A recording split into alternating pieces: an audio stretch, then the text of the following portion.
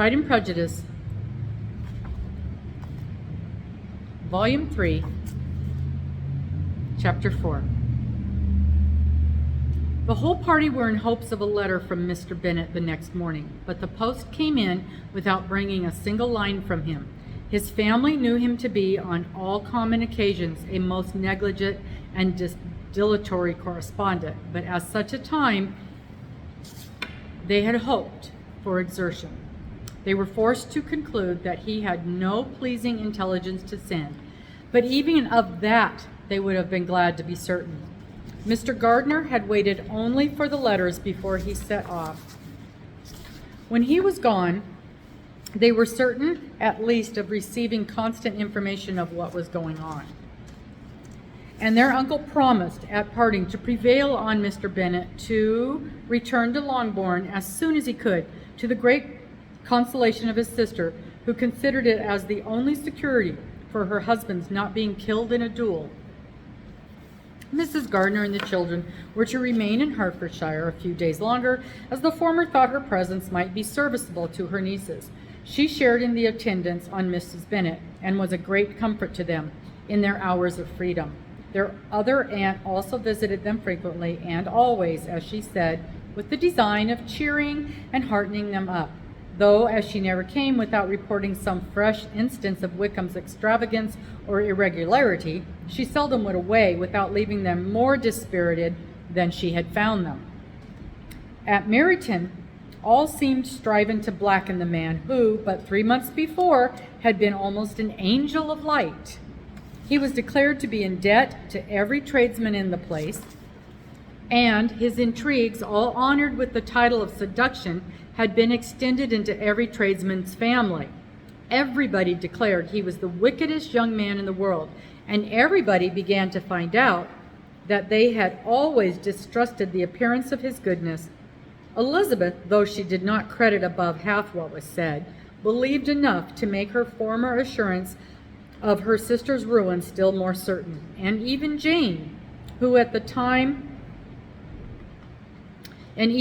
believed still less of it, became almost hopeless, more especially as the time was now come when, if they had gone to Scotland, which she had never before entirely despaired of, they must in all probability have gained some news of them. Mr. Gardner left Longbourn on Sunday. On Tuesday his wife received a letter from him. It told them that on his arrival he had immediately found out that his brother, and persuaded him to come to Grace Church Street, that Mr. Bennet had been to Epsom and Clapham before his arrival, but without gaining any satisfactory information, that he was now determined to inquire at all the principal hotels in town, as Mr. Bennet thought it possible they might have gone to one of them on their first coming to London, before they procured lodgings. Mr. Gardner himself did not expect any success from this measure, but as his brother was eager in it, he meant to assist him in pursuing it. He added that Mr. Bennet seemed wholly disinclined at present to leave London, and promised to write again very soon. There was also a postscript to this effect: I have written to Colonel Forster to desire him to help find out, if possible, from some of the young man's intimates in the regiment, whether Wickham has any relations or connections who would be likely to know in what part of town he has now concealed himself. If there were anyone that one could apply to with a probability of gaining such a clue as that, it might be of essential consequence. At present we have nothing to guide us. Colonel Forster will, I dare say, do everything in his power to satisfy us on this head, but on second thoughts, perhaps Lizzy could tell us what relations he has now living better than any other person. Elizabeth was at no loss to understand from whence this deference for her authority proceeded, but it was not in her power to give any information of so satisfactory a nature as the compliment deserved. She had never heard of him having any relations except a father and mother, both of whom had been dead many years. It was possible, however, that some of his companions in the corps might be able to give more information, and though she was not very sanguine in expecting it, the application was something to look forward to. Every day at Longbourn was now a day of anxiety, but the most anxious part of each was when the post was expected. The arrival of letters was the first grand object of every morning's impatience. Through letters, whatever of good or bad was to be told would be communicated, and every succeeding day was expected to bring some news of importance. But before they heard again from Mr. Gardner, a letter arrived for their father from a different quarter, from Mr. Collins, which, as Jane had received directions to open all that came for him in his absence, she accordingly read. And Elizabeth, who knew what curiosities his letters always were, looked over her and read it likewise. It was as follows. My dear sir, I feel myself called upon by our relationship and my situation in life to condole with you on the grievous affliction you are now suffering under, of which we were yesterday informed by a letter from Herefordshire. Be assured, my dear sir, that Mrs. Collins and myself sincerely sympathize with you and all your respectable family in your present distress, which must be the bitterest kind, because proceeding from a cause which no time can remove. No arguments shall be wanting on my part that can alleviate so severe a misfortune, or that may comfort you under a circumstance that must be of all others most afflicting to a parent's mind. The death of your daughter would have been a blessing compared to this. And it is the more to be lamented because there is reason to suppose, as my dear Charlotte informs me, that the lasciviousness and behavior of your daughter has proceeding from a faulty degree of indulgence, though at the same time, for the consolation of yourself and Mrs. Bennet, I am inclined to think that her own disposition must be naturally bad, or she could not be guilty of such an enormity at so early an age. Howsoever that may be, you are grievously to be pitied, in which opinion I am not only joined by Mrs. Collins, but likewise by Lady Catherine and her daughter, to whom I have related the affair. They agree with me in apprehending that this false step in one daughter will be injurious to the fortunes of all the others, for who, as Lady Catherine herself condescendingly says, will connect themselves with such a family. And this consideration leads me moreover to reflect with augmented satisfaction on a certain event of last November. For had it been otherwise, I must have been involved in all your sorrow and disgrace. Let me advise you then, my dear sir, to console yourself as much as possible, to throw off your unworthy child from your affection forever, and leave her to reap the fruits of her own heinous offense. I am, dear sir. Mr. Gardner did not write again till he had received an answer from Colonel Forster, and then he had nothing of a pleasant nature to send. It was not known that Wickham had a single relation with whom he kept up any connection, and it was certain that he had no one near living. His former acquaintance had been numerous, but since he had been in the militia, it did not appear that he was on terms of particular friendship with any of them. There was no one, therefore, who could be pointed out as likely to give them any news.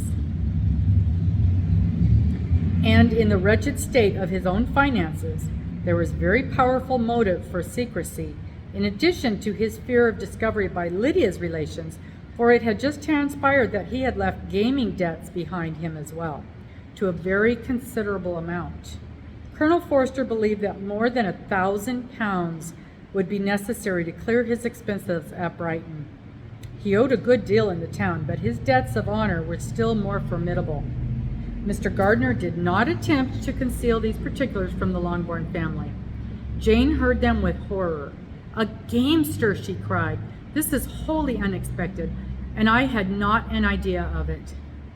Mr. Gardner added in his letter that they might expect to see their father at home on the following day, which was Saturday.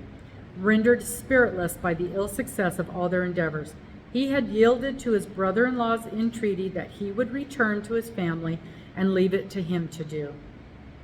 Whatever occasion might suggest to be advisable for continuing their pursuit. When Mrs. Bennet was told of this, she did not express so much satisfaction as her children expected, considering that her anxiety for his life had been before. "What? He's coming home without poor Lydia?" she cried. "Sure he will not leave London before he has found them. Who is to fight Wickham and make him marry her if he comes away?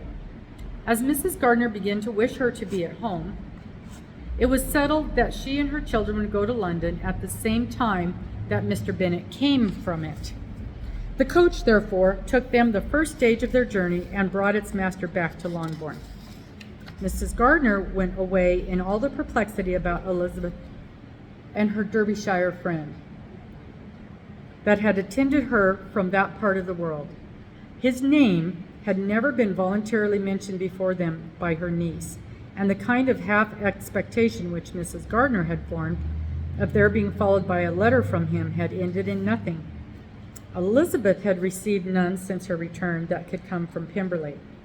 The present unhappy state of the family rendered any other excuse for the lowness of her spirits unnecessary. Nothing, therefore, could be fairly conjectured from that, though Elizabeth, who was by this time tolerably well acquainted with her own feelings, was perfectly aware that, had she known nothing of Darcy, she could have borne the dread of Lydia's infamy somewhat better.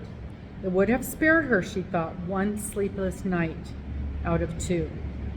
When Mr. Bennet arrived, he had all the appearance of his usual philosophic composure. He said as little as he ever had in the habit of saying, made no mention of the business that had taken him away, and it was some time before his daughters had courage to speak of it. It was not till afternoon, when he joined them at tea, that Elizabeth ventured to introduce the subject, and then on her briefly expressed sorrow for what he had must have endured. He replied, "Say nothing of that. Who should suffer but myself? It has been my own doing, and I ought to feel it." "You must not be so severe upon yourself," replied Elizabeth. "You may well warn me against such an evil.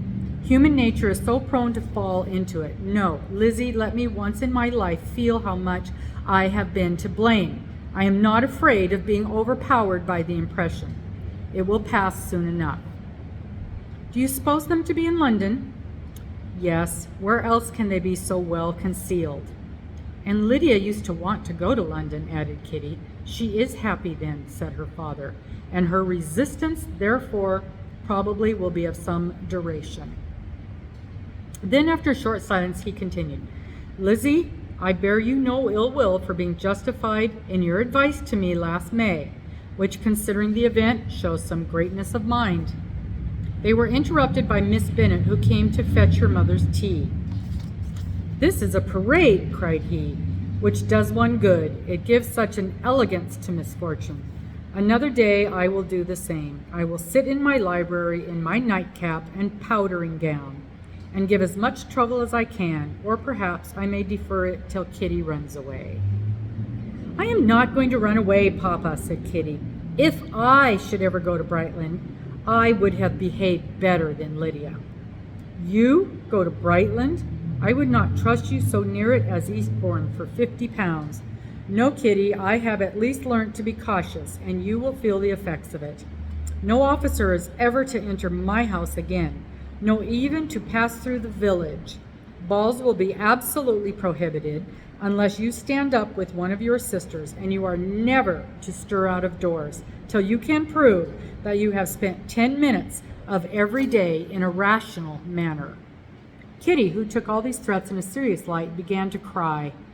"Well, well, do not make yourself unhappy. If you are a good girl for the next 10 years or so, I will take you to review at the end of them."